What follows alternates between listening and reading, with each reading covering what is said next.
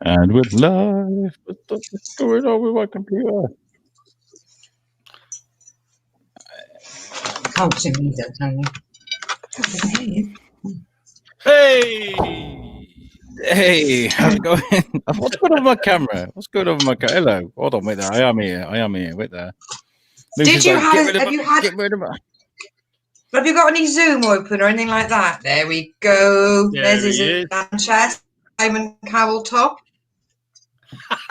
There we go. It has been, oh my God, what a day. What an absolute, can you see me? Yeah, you can see me. Yeah, just about. There you. we go. That'll do. Wow. My laptop is so slow. I don't know what's going on. I'm working on. There we go. Look at that backdrop. How amazing is that? Wow, that works perfectly. Hey, perfect. Yeah, hey guys. Really hey, that's welcome to the Weekly Bazaar, everybody. Oh wow, what a crazy. I'm a bit overwhelmed. I gotta say, it's been a hell of a day. I've been running around all around Shrewsbury. My car fucked up. It's been one of those days. So I'm here. Welcome to the show. I am your host, Alex Whiteley. And joined with me today is Shane Chepsey and myself, Lucy Orchard. I just wish I could just reach through and just grab the top of her head, just like, hi, Lucy. It's all creepy, Alex. No. We've known each other long enough. Brian Play-Doh, straight in there with the comments. Where you are. Once. I know. I'm going to get rid of this banner today as well, because last time I left it going for the whole show. Yeah, starting at 7:30. Don't say at 9 o'clock. Oh, how we been, guys? You been all right? Yeah, man. Pretty good. Lucy's, not too bad. Lucy's gone dark. Oh, she's back. I was just ensuring that I was using my strongest signal at the beginning of the show so that I didn't just crash during the middle. Yay! Hey, always good. How's your eye, Shane? We did talk about a bit about how's your eye baddie eye? Yeah, as you can see, my eyes are, well, they're as good as they get for me. I have a condition called blepharitis, which means that my eyes are constantly knackered, basically. They get gunky and stuff. Not very nice, but at the moment they're okay. You know, the infection, the main flare-up has gone, and I'm back to normal. Therefore, I can take part in the Weekly Bazaar. Fantastic! Shane, it's good to have you back. I've got to ask Shane. So, if you've got poorly bad eyes, but your career is microbiology, aren't you straining your eye by constantly looking at tiny little things? No, because I don't have to look at tiny little things anymore because I'm quality manager. I don't work on the bench anymore. Those days are over. There's no I in team, but there is a Shane in management. Exactly. Isn't a lot of microbiology done with all numbers? Where you look That's a great statement, numbers. Alex. No. It's mostly pretty practical stuff, actually, in the way that what we do. It's mostly just growing stuff in petri dishes and counting the colonies, amongst other things, and isolating colonies and seeing if there's diseases in things. Collectively, as a nation, we've been in trouble for counting colonies in the past, Shane. So, you know. Not those sort of colonies, Lucy. I bet you're the best at like keeping count, aren't you? But no one can fuck you up. You can be like, you know, you're counting 1,000,001. I am the counting master. Yeah. Nice. Yeah, can you shut the fuck up 21. Well, today's been an interesting one for me. Yesterday, our Shane Hinton from the Shrewsbury Biscuit, the old sometimes Shane, he fell over and knocked his ankle. It looked like he had a tennis ball inside of his leg. And earlier, I kind of had my schedule cleared for today, which left me. It was one of those interesting things because my body was kind of like, "Yo, Alex, we've got a day in the studio." I'm like, "No, we haven't got one anymore." And it's like, "No, we've got to do stuff." And I'm kind of like, "No, it's all been cancelled." but my body's still going. But we need to, and I'm this absolute like argument with my body. Where have you ever had that where you're really tired and really energetic at the same time? It's horrible. Overtired. Yeah, It was like, I was like, and he's like, no, you need to stop. Yeah, That was my day today. So I went to drop him to the hospital, and then I came back with my little boy from school. Went to pick Shane back up from hospital, and my car wouldn't start. So I was like, fuck. It's a particle filter, something to do with that. So we've got to get that sorted. That sounds like very futuristic. A particle filter. What is this? It's a bag of air. It's literally a bag of air. Like, my car's fitted with a bagpipe. That's what I thought you were going to say a flux capacitor then. Yeah, I could do with a flux capacitor for time travel, which we will cover later on in the show. Yeah. Well, not Brian all heroes wear capes. My work, somebody fell sick at work, so they asked me to work on, and I was like, I'm leaving at 7. I have got a broadcast to do, and then I'm out. I love that.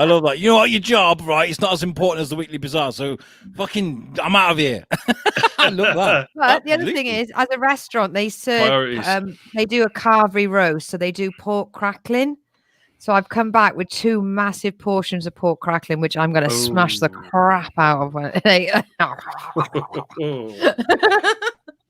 My snack tonight. What? Go on. I was only going to say, I did see Brian's comment about. Yeah, let's read it again. It says, "Is microbiology code for what Shane calls his willy?" No, I have another name for my willy, and I'm not sharing it with you. It's Percival the Second. We don't talk about Percival the First. It's a sore subject. Oh Percival, dear! It was just going to be loads of dick jokes tonight now, isn't there? After that, absolutely. Yeah, it's going to be a whole show full of Richard. Anyway, this is a news parody show. We talk about the crazy, bizarre stories that are trending at the moment. It's been really hard to find fucked up stories, I got to say, this week. But you know what? Are we going to be talking about that greatly entertaining American debate? No, we're not going to be talking about that. No, are we going to be talking about Trump getting COVID-19? No. Everyone's talking about it. Are we going to be talking about Margaret Ferrier breaking lockdown laws? No. Are we going to be talking about swearing parrots? Yeah! Yes! Absolutely, we are.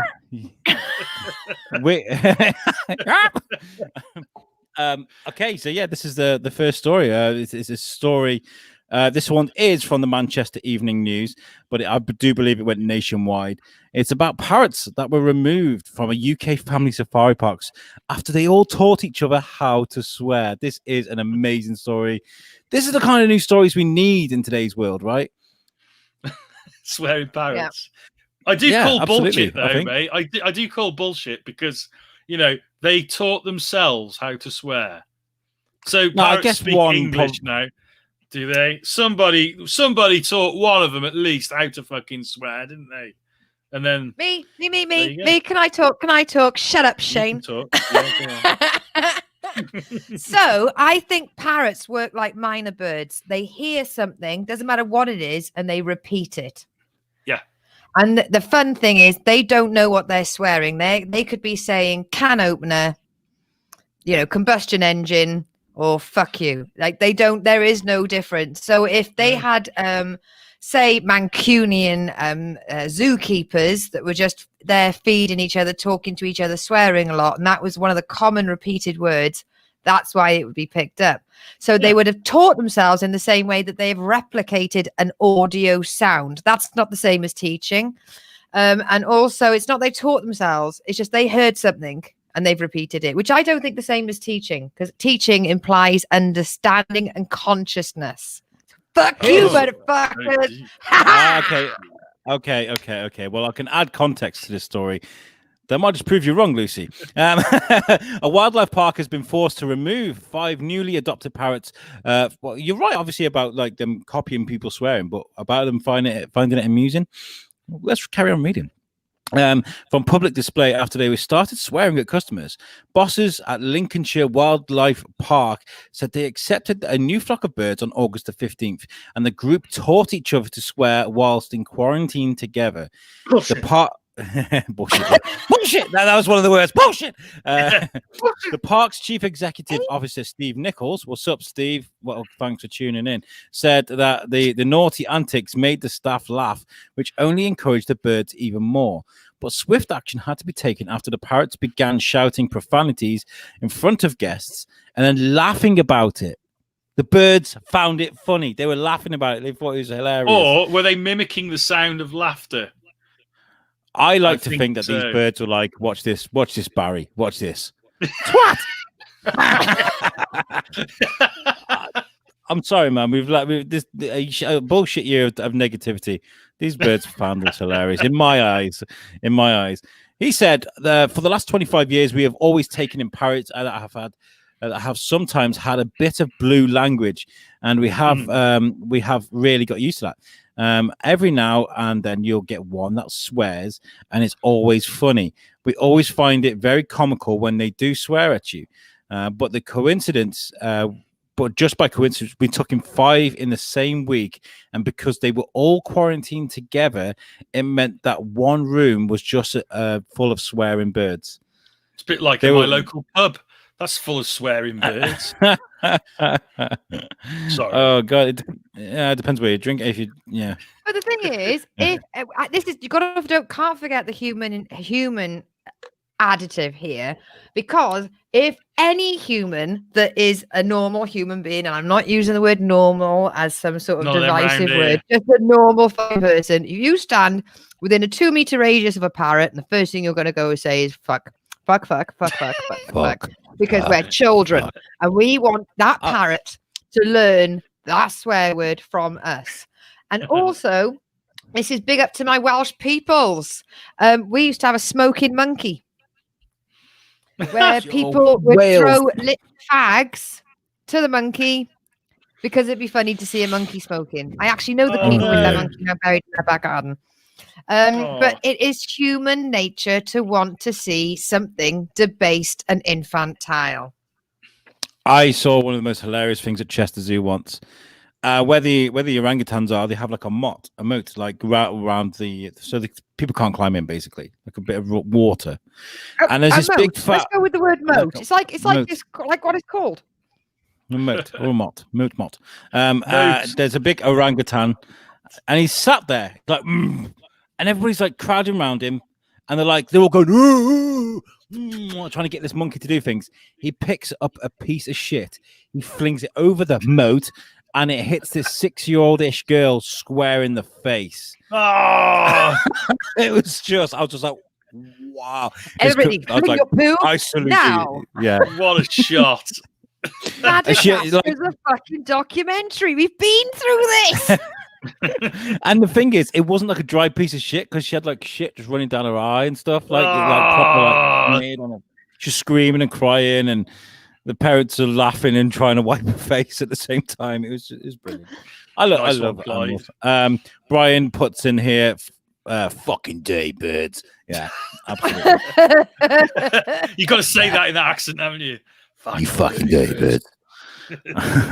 And he does add, before we move on to the next story, is did you hear about Rick Moranis getting jumped in New York? Who the fuck looks at Rick Moranis and thinks, I need to punch that guy? He's the fucking Rick Moranis from Honey, I Shrunk the Kids, Ghostbusters, the guy with the glasses, the funny actor. Egon. No, the little dweeby guy from Spaceballs. Remember Spaceballs? Honey, I Shrunk the Kids. Don't do that, Rick Moranis. How could anyone do that? He's like the most harmless looking guy on the planet. I know, right? What a dude. You can't do that. He's a little adorable little thing. Yeah. He's a nice little guy, isn't he?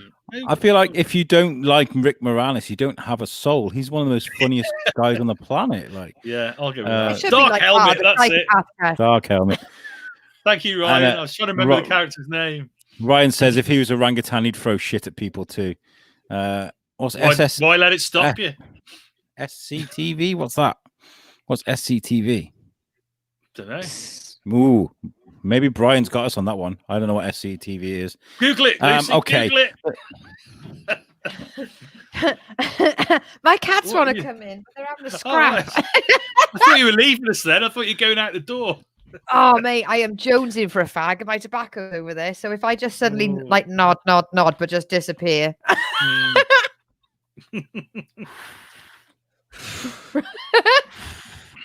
Shane, would you like to take the next story about the I do believe it's the man cave story. I'll show the yes. Okay. Yeah.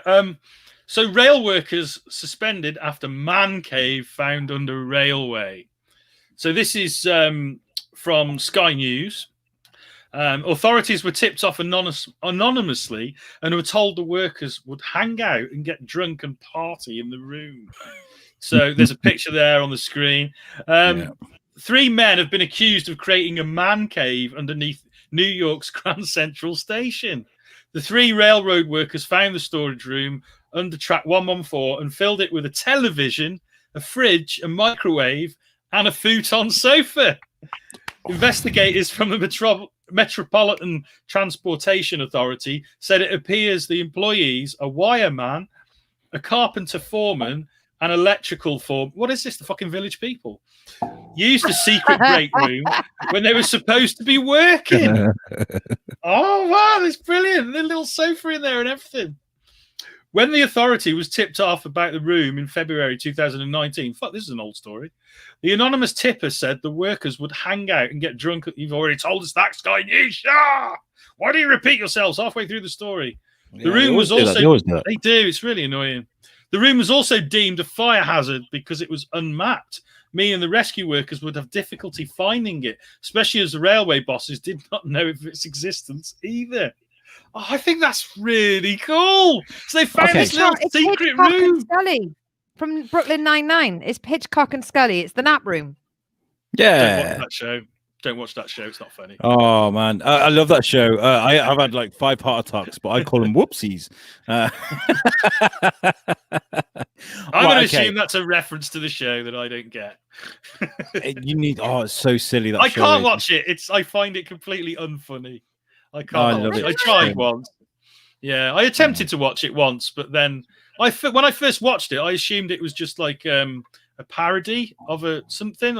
Just a really bad television show, but it was actually meant to be a comedy.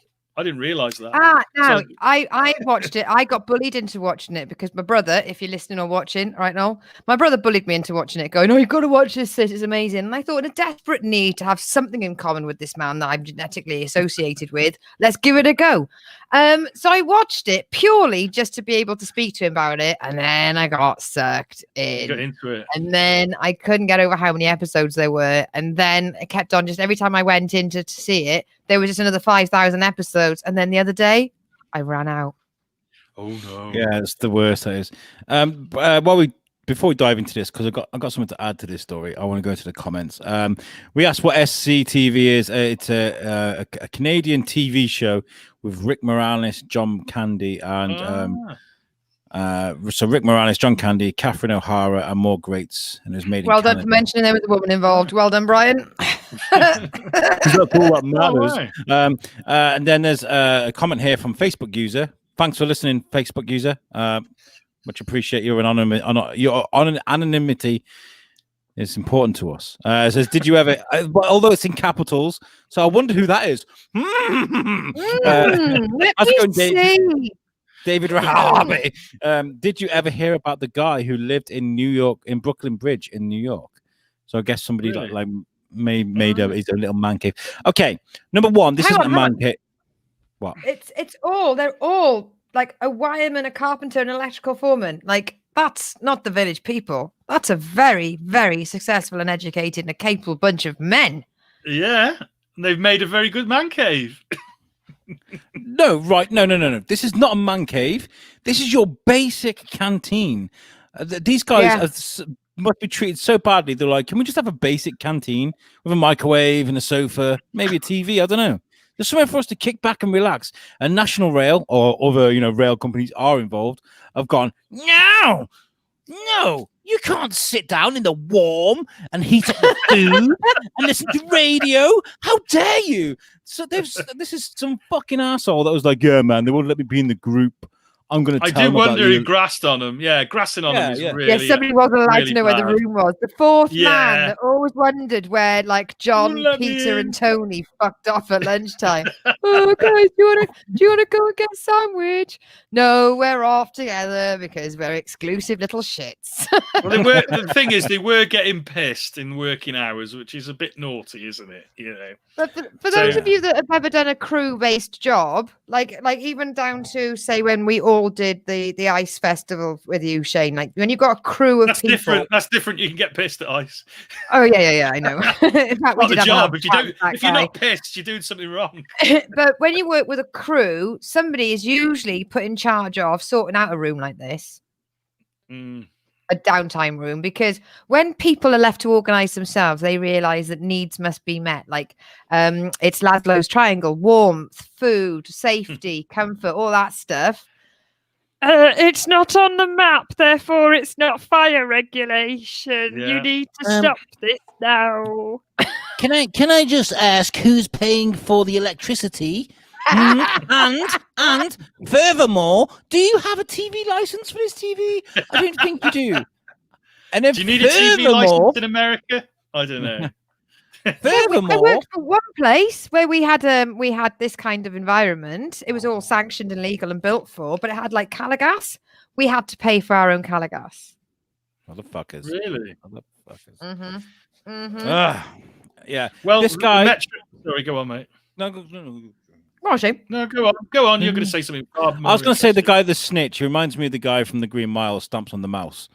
No. Yeah. There's probably someone like that, to be honest. That's Brian's watching now. He's not the guy that played Death in Bill and Ted. I'm pretty sure it's the same guy. I'm pretty sure. Brian, elaborate. But yeah, carry on, Shane. Carry on with the story. Okay, so the Metro Road. The Metro North Railroad workers have been suspended without pay and will face disciplinary hearings. Sorry, I can't speak tonight. MTA Inspector General Carolyn Porkney. What a great name! What a great name, Carolyn Porkney. Oh my God. Said many a New Yorker has fantasized about kicking back with a cold beer in a prime piece of Manhattan real estate, especially one this close to good transportation. But few would have I love this word, but few would have the chutzpah. Now that is an American bit of slang, isn't it? Is it? It's Yiddish. Why is there a C? Why is there a C? Because it's Yiddish. Happy New Year, by the way, to all our Jewish listeners. That's as daft as Welsh. Anyway, so it's a chutzpah. Okay. So what does that mean? I mean it means gumption. It means cheek. It's it's Goal. It's that if somebody had that get up and go, that cheek. Alex, type it out, please. It's he's not a schmuck. He's full of chutzpah.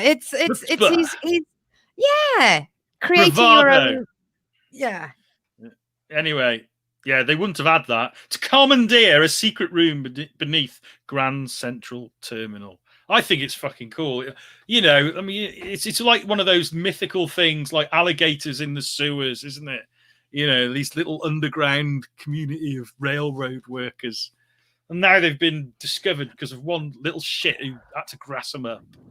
This reminds me a little bit of, and this is no way as bad as another story. There's a real life story I know where they had a crew and they had a manager. We're going to give him a fake name. I know, Jonesy. So Jonesy had an office, a title, and a wage packet. And whenever Jonesy was being asked for or looked for, they'd pick up the radio and they'd be like, "Is Jonesy around?" And somebody'd be like, "Yeah, Jonesy." And they divvied up his wages. He wasn't a real person. He had an office. I've got to say, I remember I worked security for Asda or Walmart, and I remember walking through the warehouse, and some of the guys that I was quite tight with, who I'd never sort of snitch on or anything like that. I'd probably tell them to fucking pack it in, but they were throwing honeydew watermelons across the warehouse while one roundhouse kicked it and it smashed into a million pieces. Right? And at first I was like, guys, come on, man, I'm on shift. Don't do shit like that when I'm working, like, you know. And then I stopped. I carried on walking. I was kind of like, actually, this looks kind of fun. Throw me one. And then threw me one. I had to go. And I was like, oh, wow, that was awesome. Can we stop now, please? Okay, thank you. Bye. Brian's asking about who I asked, and it was William Sadler, who is from The Green Mile. And of course... I thought it was Jess from Bill and Ted, so I typed that. Is that the same actor, is it? Yeah. The guy that played Hayward in Green Mile. Hayward's the horrible. Hold on. No, Hayward wasn't the bad person in Green Mile, was he? Was he? The last time I watched that was about 15 years ago, mate. Yeah. I hardly remember anything about it. It's 3 fucking hours long as well. It's a fucking great film, though. It is a great film. Yeah. This would be an interesting topic for people to go on the Facebook page, USUK fan page. All right. Shenanigans and shizzle that you get away with at work in the past, right? Because what we used to do in Argos when I was about 18, right? Because you've got these long corridors of all the stuff, and it used to be all the cuddly toys at Christmas facing you. So you'd have to run down the aisle while beating your fists out to activate all the toys in a Mexican punch. I remember when we used to work at Morrison's in the warehouse, and we used to have pump truck races on the pump trucks. You know, we've done that as well. We've done that before. You turn it around. You could do all sorts of maneuvers with them. I mean, it's totally unsafe, you know, but you can really pick up some speed. The opening credits of Laverne and Shirley. Throw some things in the comments. The most fucked up shit you've got up to in work and got away with. We won't tell your boss. We promise. Sarah Goodlove says, "Good evening. Good evening, Sarah. Hiya, Sarah." Brian is elaborating on sort of who William Sadler is. He was in Shawshank 2, right. And he was in The Green Mile as the murdered kid's dad. So I got him wrong. I was on about who's the guy that was just a horrible piece of shit who didn't. Well, it was in Green Mile. You got that bit right, at least. Yeah. Anyway, moving on. Next story. Lucy, would you like to take the next story, my love? I don't know if you've got it. I'm wondering whether this one's been given to me because of my my haulage fancying. Well, it makes sense, doesn't it? So it's a delightful story, and it's in Leamington. So, you know, it's in the hood. Leamington, home of my friend Sam Morgan. Hello, Sam Morgan. I was going to mention him earlier. I was going to, we were talking about drinking in work. I remember I was at Comic Salopia. He came in for his interview for the Biscuit, and he was like, he looked at, he goes, guys, what time is it? And I was like, it's like 5 o'clock. He went, oh, fuck it then. He opened up a can of Stella. I was like, right, okay, so about right for Sam. Yeah. Hang on, Sam Morgan. They used to go to Bristol Comic Convention as well. Yes, the Sam Morgan. He was a great guy. He sat on reception that whole day. He run the whole front of the university bit, and we never thought to. I was like, I'll tell you what, right? You've been working so hard. Come and have a chat with us after you finished, and we'll have a chat with you. And I completely forgot. And he came walking in and was like, oh, Sam, wicked, sit down. And then he opens up a beer, and we had a really good interview with him. He's a good guy. Anyway, back to the story. Back to the story. Okay, so bizarre footage. Well, if that's not inviting us, bizarre footage has emerged of a car being driven down a busy road with an entire greenhouse strapped to its roof. Well, there you go. First bit of whole journalism. It's not an entire greenhouse. An entire greenhouse would include the panes of glass. Yeah. So passing drivers were stunned as the Citroen C4 drove at speeds of up to 40 miles an hour. Now, okay, well, I've had serious car troubles today, and I do happen to drive a Citroen C4, but, let's not... You weren't carrying a greenhouse, though, were you, Alex? No, I wasn't. I was carrying me. Yeah, okay, carry on. We're shitting on the C4. So it was going to speeds of 40 miles an hour with the 8 foot by 6 foot metal frame balancing precariously on top of it. 8 foot by 6 foot in American units is called use our units, mate. Google it yourself.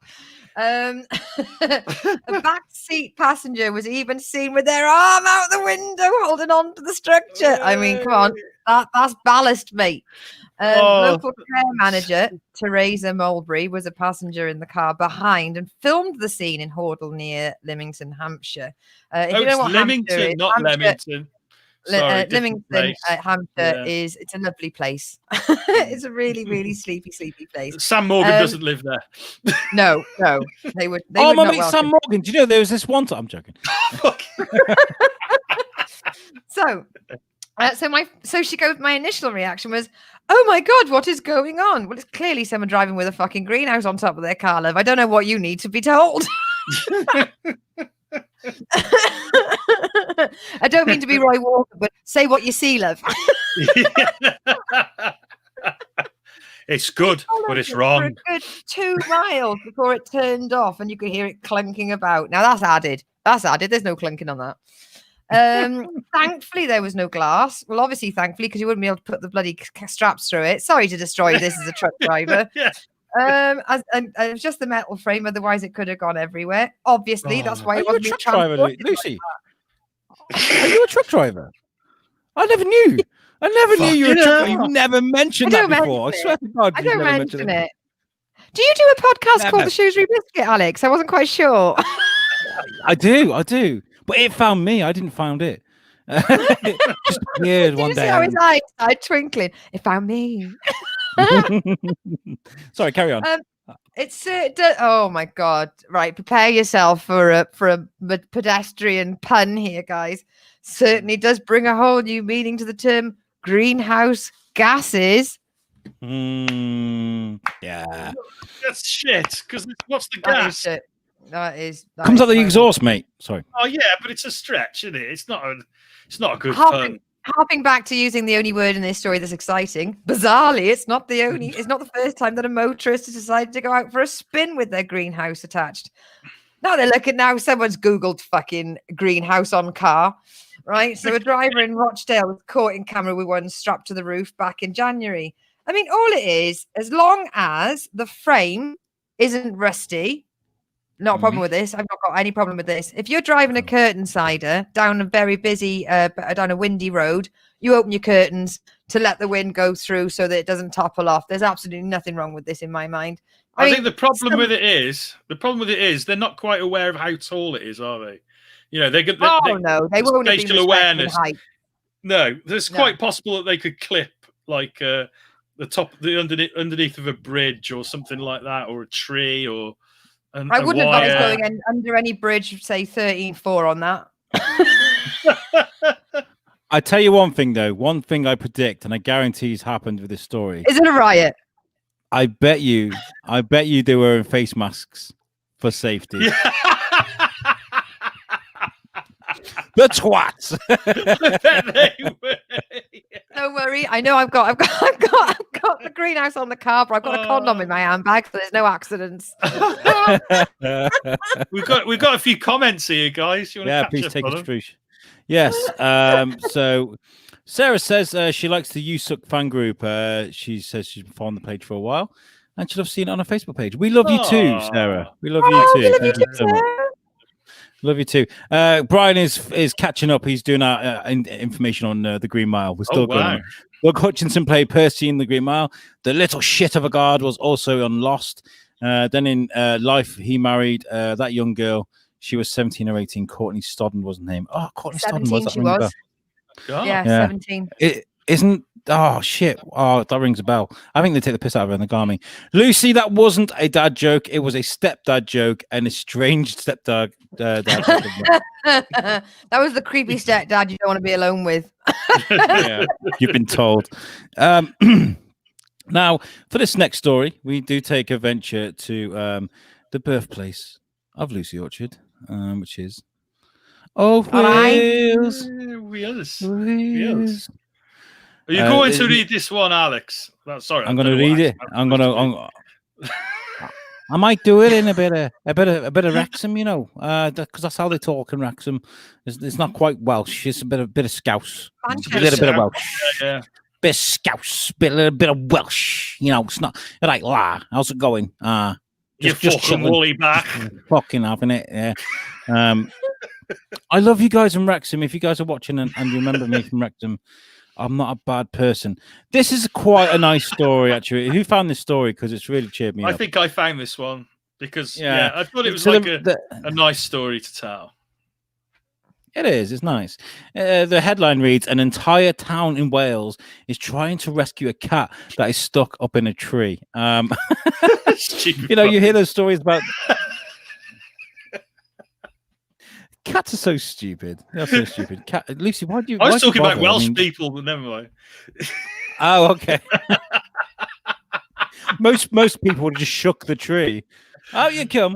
Anyway, an epic rescue mission has been ongoing in a small town in Wales for the past 4 days to get a cat down from a 40-foot tree. And she's gone. I'm reading the story. I've upset her because I... Get back in. She's coming back now. Hey!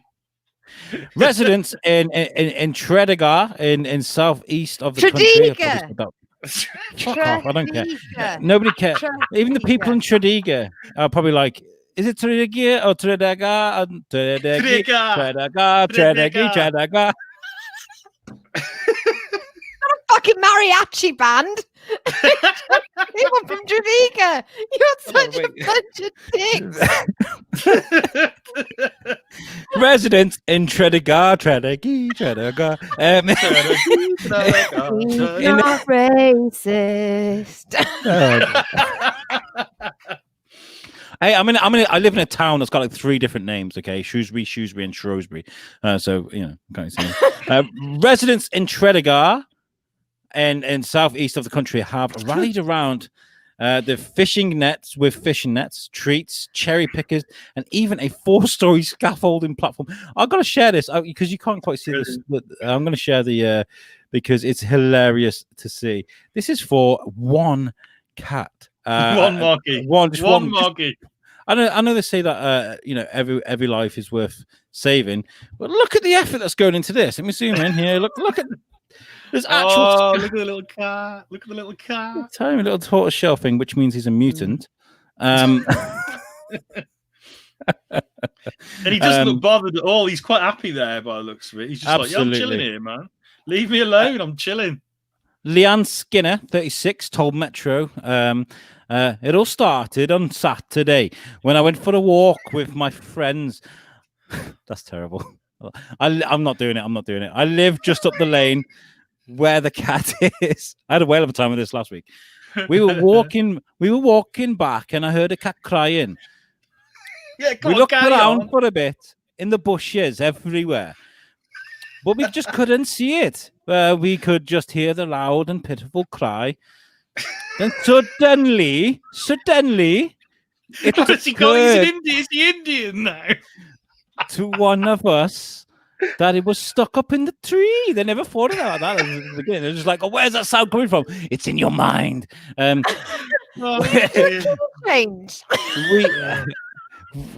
We knew it must be quite high because we couldn't see it. Who'd have thought?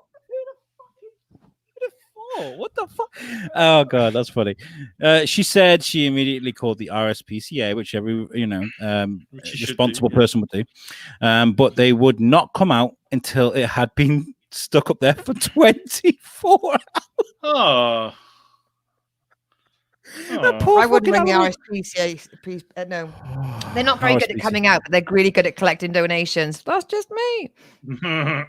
Oh well, if it's dead, we'll come out and then we'll investigate. Yeah, sort of thing. Yeah. The cat had not moved, so the next day, the charity attended alongside South Wales Fire Service, but sadly, its rescue attempts were fruitless. Leanne, who is a part-time teacher, she's a teacher. Yeah, teaching our kids. Where's that whiskey? Yeah, she's not very good at teaching in Tredegar. It must have been high because we couldn't see it. Oh, sorry. They put up ladders and they could see the cat, but she just went up further up the tree. Yeah, because she wanted them to leave her alone. That's why. Exactly. She's like, I'm trying to I'm trying to catch some fucking sparrows here for my dinner, and you're scaring them off. Fuck up. It's about 40 feet high, so the RSPCA said they would come back the next day to see if it had moved a bit further back down to reach. In the meantime, she posted about the cat on Facebook and had an overwhelming response. I've had so many people ringing me and messaging me and offering to help, said Leanne, who lives in Tredegar with husband Mark and 6-year-old son Alfie. We've now had 2 cherry pickers out trying to help, and people have tried to get it down with fishing nets and trying to coax it down with food and treats. I can't believe the reaction this has had. Who would have thought a little Facebook status would lead to this? For Scouts, what the fuck is that all about? The whole of Tredegar has rallied around and seems to be behind this cat. The huge amount of attention resulted in a local scaffolding firm building a 4-story structure around the tree to try and coax it down from the ground. And eventually, the workers left food, water at the top of the scaffolding, but have so far failed to convince the cat to leave its hiding spot. It's still there, mate. It's still there. No, it's not. I'm trying to get to the bottom of the story. I just want to find out.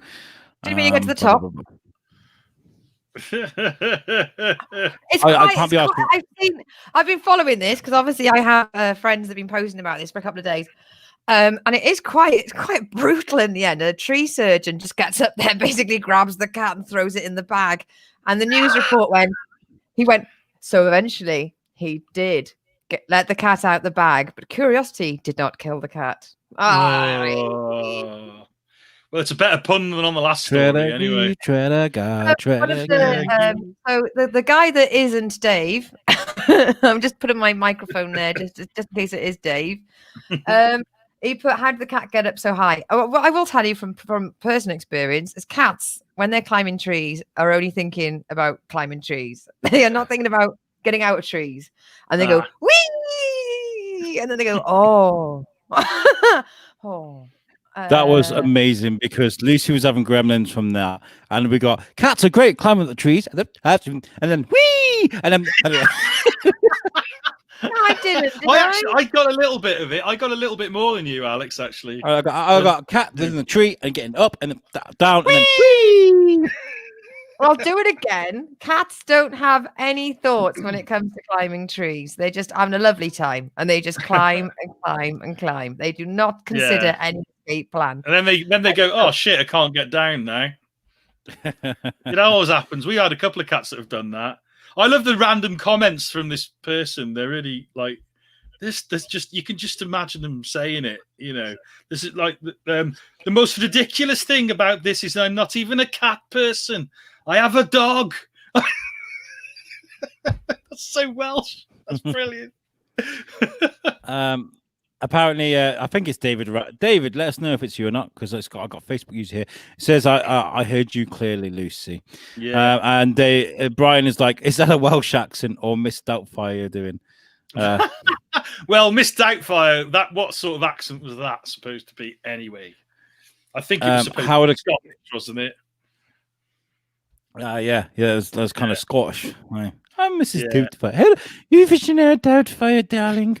The next story is a lot of fun. Now, for all you guys that are living abroad, not familiar of UK law, okay, I'm going to take you through a few laws right now that might blow your mind a little bit, that are actually still in power.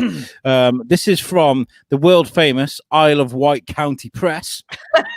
Wow. These are 6 bizarre laws you've probably already broken. Now, I guarantee you've broken half of these.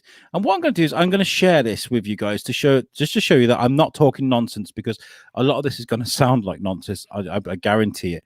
It's okay, real. So it's real. Okay, I accept. Just don't break my computer. Okay, so law number 1. No walking cows down the street in daylight. The Metropolitan Streets Act states that cattle are not to be driven through the streets within certain hours. Oxbridge explains, back in 1867, Section 7 of the Act forbade cattle lovers and farm alike to walk their prized livestock during the day. What does it say? Farmers alike, I said. Sorry. Unless given permission from the commissioner of the police himself. Can you imagine? Can you imagine writing to the police commissioner and going, "All right, there, mate. I want to walk my my cow through the town at night because I'm gonna have a few beers." Captain Logical over here, this would have been, if it's the Metropolitan, it means it's London, which means that they would have not had anyone to collect the dung, and everybody would have been already in a shitty place. Or sorry, what I meant is London. Cow shit's worth money, man. If anybody, can see, sell it off. Yeah. If anything, it would have made London seem better. So anyway, it says if you were caught rallying your precious bovines down the street between 10 a.m. and 7 p.m., you would have been committed a crime. Who knew? Well, most people. Journalist in the Isle of Wight. Okay, next one. It is illegal to enter the House of Parliament wearing a suit of armor. Still, to this day. A 1313 statute forbidding bearing of armor forbids members of Parliament from entering the House while wearing armor. This particular statute was put in place after a period of political turmoil. That doesn't make sense to me because I'm sure the Houses of Parliament are not as old as 1313. That's right. Yeah. Charles I, right? They are, just the Great Hall. Yeah, it just wasn't exactly the same as it is now. Yeah, they've had an extension or two since then. But if you're wearing armour, it means you're after a fight, innit? Yeah, because armour is like not just your protection, it also it's not your day wear. Your armament as well, like your sword. When you get your invite, it says smart cash. Don't put the mail. Don't wear your armour. Yeah. I bet the guy's like, do you know what? I got to wear this. I was walking down the road and a greenhouse just flew into me. I don't know where the fuck it came from. What about like a little, like a chainmail tunic? Would that be illegal? like a tux? Like a little bit of chain. Well, because that means Captain America can never enter the Houses of Parliament because he wears chainmail under his costume, doesn't he? Oh, I suppose. Just random fact. We don't want captains or Americans. Sits down on the wooden pew and he's just like. Also, there's an awful lot of stairs. You wouldn't want to be doing a lot of stairs in armor. It takes fucking ages. Ooh, oh god. Anyway, moving on. Number 3. It's treason to misplace a postage stamp. What? Oh shit! I'm highly treasonous. I lost the whole fucking roll of the bastards the other day. Shane couldn't see last week. He's just kind of like, that'll do. Placing a postage stamp bearing the monarch's head upside down on an envelope is considered an act of treason. Also, defacing or destroying anything bearing the likeness of the monarch is illegal. This means that burning paper money, bending coins, or tearing a postage stamp is against the law. Now, that's an odd one because I know people that bend coins as a thing. They turn them into like little models and stuff, don't they? Actually, if you are going to be a jeweler that does like, you can get people to do really clever things where they cut like trees out of coins and stuff like that. You have to have a license to do that. And also postage stamps are legal tender. So if I wanted to send you £5, I could get £5 worth of stamps, stick them on a card, you give them to you, you take the post office and you can claim it back. That's how I used to buy my Panini stickers. Don't you give me idea. Remember the Panini stickers? You could pay with postage stamps. Yeah. No way. That's crazy. I remember. I remember you did. You could pay with a postal order. You could pay with a postal order or postage stamps. I remember in the back of the book they had the stamps. You could, no way. Yeah. Anyway, number 4. It is against the law to shake a carpet in London. These are all real. You'll have to find another way to dust off that carpet. Because simply shaking it is a criminal act. Under the Metropolitan, there is again, Police Act of 1839. It is illegal to beat or shake a mat, carpet or rug in the streets of London. The only time you may beat them is before 8 a.m. Same goes for husbands. Yeah. We got a great comment from Facebook user. Why the fuck would Captain America go to the House of Parliament? It's like, yeah, Oh, come why on, Brian's indeed? got a better comment. That's not half as fucking day weird. wear. Brian's gone with a brilliant pun here. It's not your day wear, it's your night wear, but with a K. Brian adds, cows need love too. I'm not seeing these, by the way, because I'm Sure reading on the other thing. And then he put, it's not your day wear, it's your night wear. Beautiful. Ooh. Give him 5 points. Give him 5 points. No, fuck it. Give him 10. He's worth it. Carrying on because we're running low on time. It is illegal to handle salmon in suspicious circumstances. So what exactly is suspicious? Is it a man looking fishy? Hey! Oh dear! Oh dear me! Maybe that's where it comes from. Maybe I mean, I guess like you could, one of the most humiliating ways to hit someone is around the face with a fish, right? Mm-hmm. So I don't know. Yeah. It's about poaching. It's not about fiddling with salmon. This I'm so disappointed. I am. Well, when I saw the law was from 1986, I thought, well, that's not that long ago. That's what I said. This is a really recent law. 1986 is when I was born, so it's as old as me. Oh my God, you're so young. It is an offence to receive or dispose of salmon under suspicious circumstances. Officers have the right to investigate if they have reasonable belief that a salmon has been illegally fished. Now, yeah, that kind of makes sense. Illegal fishing, poaching, I guess. Yeah, that's not as weird. Yeah, there's quite a different scales of poaching. Yeah, exactly. Paying a lump sum for your facial hair. A bit vague. What? Let's deep dive into this. Fuck's sake. King Henry VIII imposed a beard tax that every man must pay to wear facial hair. He introduced a beard tax that lined his pockets and filled his dinner table. Moreover, the higher your social standing, the more you had to cough up. What if you cannot pay? Shave it away. Thus, beards became a symbol of status and money. But believe it or not, later than that, people didn't trust people with beards. And that's why shaving stuff is not got luxury tax in the same way that lady sanitary towels do. Is that true? I think it's about time that got updated then, isn't it? A little bit. I would say, yeah. Sorry, is that true? Are you still taxed luxury tax on sanitary products? Yeah. Still, that is madness. Yeah. Yeah. How is that still happening? That's why it was a period poverty. Men's grooming stuff is not taxed because it's within a man's interest to look trustworthy and to remove said suspicious facial hair. Fucking hell. There's a joke about it in Million Ways to Die in the West with Patrick Harris. He's got the mustache. He's like, "Oh, you'll never be able to afford a mustache like me," and it's because all the oils and the waxes and stuff are really expensive.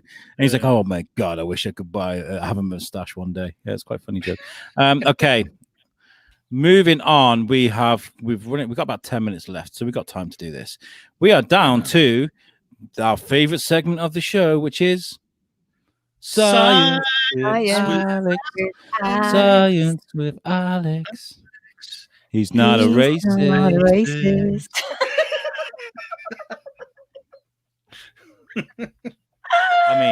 I mean, one day we're just gonna, and it'll just come together, I'm just asking you guys, just 1 week.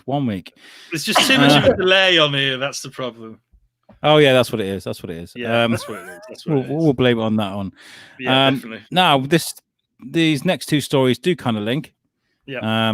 And the first one we'll go into. And it is. I'm just bringing up the stories now. That apparently fucking work. I've clicked the thing. It's not working. It's been a dick. I've clicked the fucking thing. It's not working. Fucking pressed it. Hey, everything's just like, there we go. I've clicked it like 3 times, so it's probably going to come on and off. Physicists prove time travel is mathematically possible. Yeah, baby. And notice how it says mathematically and not mathematically or mathematically. Americans. It's mathematics, not math. Alex, I don't mean to lead the witness, but this story is actually because of Australian scientists. So do the accent. Yeah, it's got to be in Australia. Right, I'm having serious problems with my internet. I don't know what the fuck is going on, but the stories are not loading up on my browser right here, mate. Oh no! All right, to read it, they're here, mate. They're here. They're fucking here, it? mate. No, I've got it, mate. I've got it. Good, kinda. Because your accent's better than mine. Yeah, mate. Science. Well, funnier anyway. Is the thing still up on the screen? Yeah, let's take that off first. Man. I'm kind of using. Okay, right. Scientists in Australia claim to have proved that time travel is theoretically possible after solving a logical paradox. Physicists from University of Queensland in Australia used mathematical modeling to reconcile Einstein's theory of general relativity with classical dynamics. The clash between these two systems is behind a famous flaw with time travel known as the grandfather paradox. Einstein's theory allows for the possibility of a person using a time loop to travel back in time in order to kill their grandfather. However, classical dynamics dictates that sequence of events following the grandfather's death would culminate in the time traveler not existing in the first place. Remember, they covered this on Avengers Endgame, right? Very badly. Really? I'm Star Trek. Yeah. Did it pretty well. Yeah. As physicists, we want to understand the universe's most basic underlying laws. And for years, I've puzzled on how the science of dynamics can square with Einstein's predictions, said German Tobar. His name's Jermaine. Sorry. No, he's not German. His name's Jermaine. Jermaine Tobar, who led the research. It's time travel. Mathematically possible. Mate, that's that gruff fucking Australian, mate. It's like you're fucking bunch of wankers. For the calculations, Mr. Tobar and Dr. Costa used the coronavirus pandemic as a model for working out whether the two theories could coexist. They imagined a time traveler attempting to go back and prevent patient zero from being infected with COVID-19. Yeah, good Einstein. If it's in America, you're fucked, mate. Sorry. Wear a mask. It's for the future. I can't see no COVID. Anyway, I do love you guys. Einstein's theory allows for the possibility of time travel, but the science of dynamics would mean that the fundamental sequence of events could not be interfered with. This is because if the time traveler succeeded in preventing the virus from spreading, then it would eliminate their initial motivation for them to travel back in time. So if there was no COVID, they wouldn't have initially come up with that idea, and they wouldn't have gone back. You know what I mean? They wouldn't have done it. So in the coronavirus patient zero example, you might try and stop patient zero from becoming infected, but in doing so, you could catch the virus and become patient zero yourself. How crazy is that? Or someone else could. Mr. Tobar said, no matter That's a bit like what when Kyle Reese became his own father or whatever. In Terminator, isn't it? That's like Kyle Reese. He went back and he became John Connor's father. How did he do that? That's fucked up. I'm sure Green Lantern and Paradox have done something along these lines as well.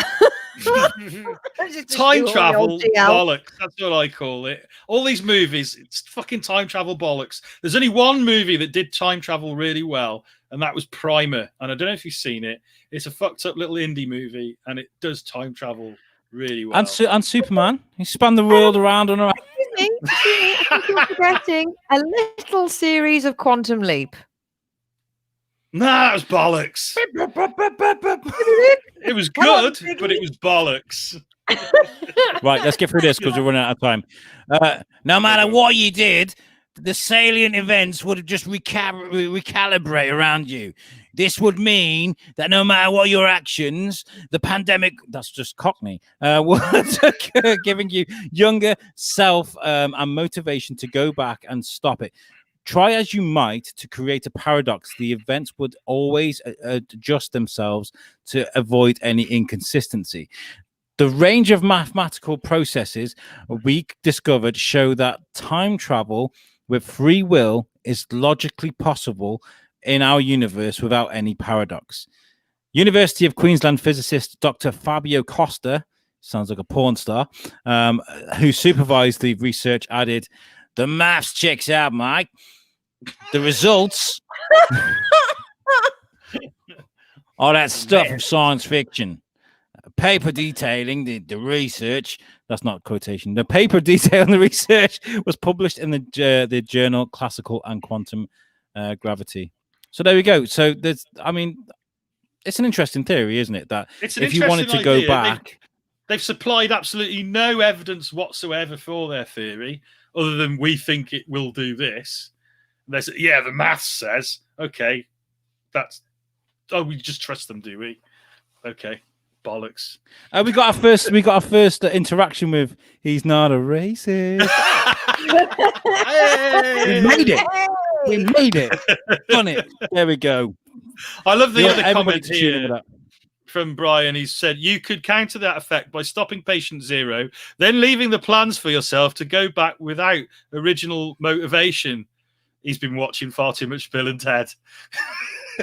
Yeah. That's definitely a Bill and Ted one, that is. Well, what about if you went back and let a little bit of COVID happen, but got everybody to sort of wash their hands and mask up? So it still happened, but not to the extent. Because, I mean, I'm sure people would wear masks and wash their hands without quantifiable data because, I mean, they've taken so well to it with. What if you wait until they find the cure or a vaccine and then go back and vaccinate everyone? Ta-da! Yeah, but no. The point is, the parody would exist. There's a parody. There's a paradox there.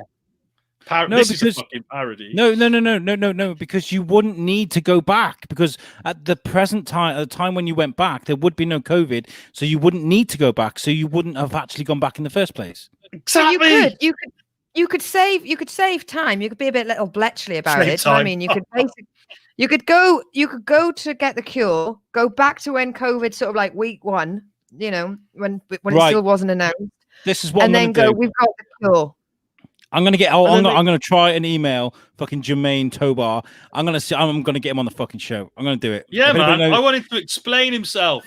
I want him to explain how there's no paradox. I want him to explain how there's no paradox if you go back and inoculate everyone. That's a paradox. If anybody knows Jermaine Tobar, tell him. Jermaine, if you're watching. Yeah, Tobar. Right, okay. To add to the story before we leave, talking about time travel, just tell me that this is not Elon Musk. It's not Elon Musk. It's not Elon Musk. This is a desperate attempt for Elon Musk to try and stay relevant. It's a great idea. It's a great little story there, isn't it? The whole idea that he's a time traveler. I love any opportunity to talk about this guy because I've got a bit of a man crush on him. I love him. I love how he doesn't take himself seriously. He'll go on South Park and take the piss out of himself. Elon Tusk. I love that. That's fucking brilliant. If you've ever watched South Park, he's a great guy. Anyway, so let's read the story. It says here, Elon Musk responds to Twitter time travel conspiracy. Full disclosure, I'm actually a 3,000-year-old vampire. That's the kind of thing he would say. Elon Musk has dismissed a long-running conspiracy theory amongst his Twitter followers that the secret to his success is time travel, with the billionaire claiming he is instead a vampire. The joke stems from an image of Raymond Collishaw, a World War I fighter pilot, who bears a striking resemblance to Tesla chief executive. Collishaw died in 1976, 5 years after Musk was born, but the image is often used as proof that the entrepreneur is a time traveler capable of picking out trends such as online payments with PayPal, and private space sector with SpaceX long before their established industries. Why were you born in Canada in 1914? Why was your name Raymond Collishaw? And why was your occupation ace fighter pilot? One of his Twitter followers asked. What a way to speak to one of the most clever minds of the 21st century. Yeah. It's a fun idea. It's a fun idea. But I prefer, if you remember the song Happy, clap along if you feel that song, right? Pharrell Williams, right? He is a vampire, right? So his picture in 1990, 2003, and 2013 is the same person. Now my God, is vampire. You just hasn't aged at all. Oh my God, not at all. Elon Musk, Amazing. We still don't understand you. Just do what you do. Do it quieter. And there's Paul Rudd as well, who's just never aged. Oh my God, Paul Rudd. He looks very good. Was he 50 now? And he still looks about 30. Yeah, baby. I mean, he was 30. The funny thing is, right, the only way to get my wife to watch a film sometimes is to say, "Oh, Paul Rudd's in it." And she'll be like, "Oh, really?" And she'll start getting the moisturizer ready and stuff, you know. And then she's like, really? I don't remember him being in 50 Years a Slave. You lying to me, Alex. It'll be 53 minutes into the film. She's like, "Where's Paul Rudd?" I'm like, "Oh, he's coming. He's coming, Dory." Yeah. Oh dear. Ladies and gentlemen, this has been the Weekly Bazaar this week. I've really enjoyed this. It really picked me up. I've had a shit day. I've been exhausted. I've been wet and cold at one point, and then got warm, and then got wet and cold again. Then my car broke. I lost the will to live a little bit, and I perked up a little bit, and now I'm here, and I've done nothing but laugh. So thank you very much, guys. And thank you to all of the people who commented, to Ryan, to Brian, to the other people whose names I can't remember. Sarah, yeah. Thank you very much for all your comments and input. Brian says we're living in a parody right now. I feel you're right. Yeah.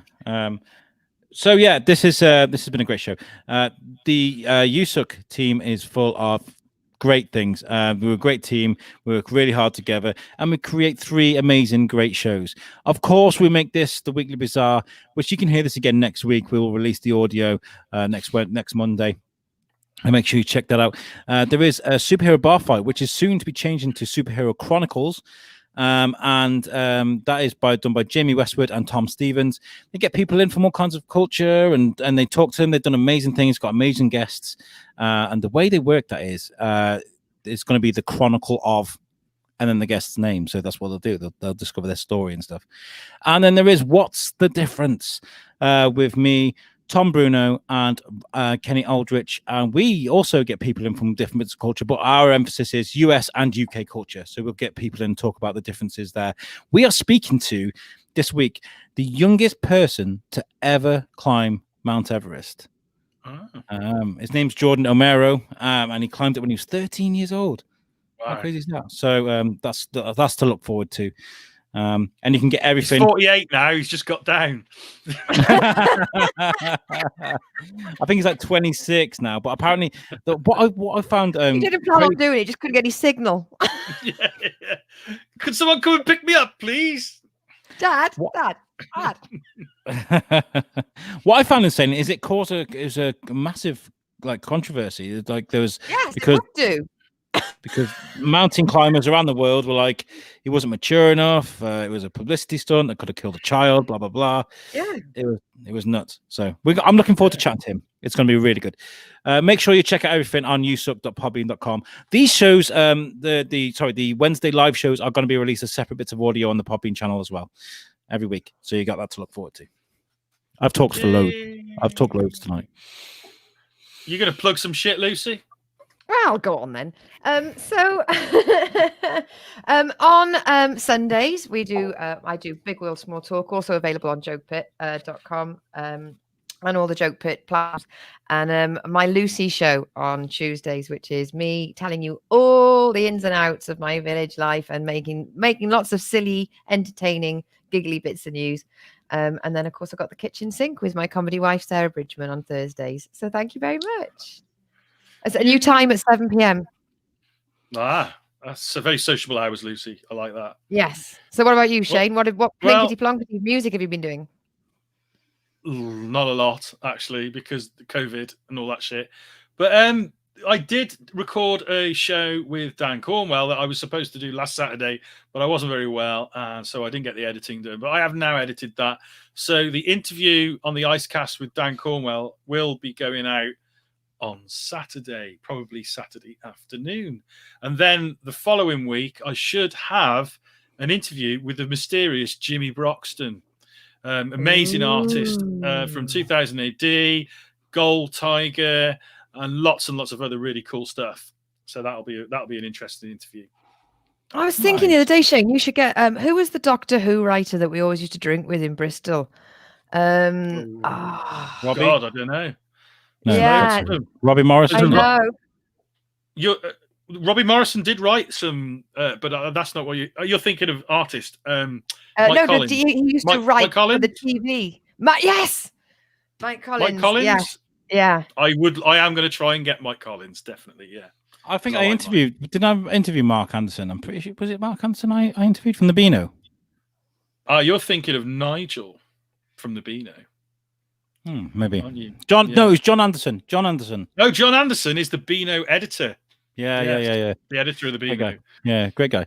Anyway, guys, let's get the fuck out of here. Make sure you check out all the great stuff that we've just talked about. We love doing this show. It always makes us smile, and we hope it's made you smile too. We will catch you next week at the same time.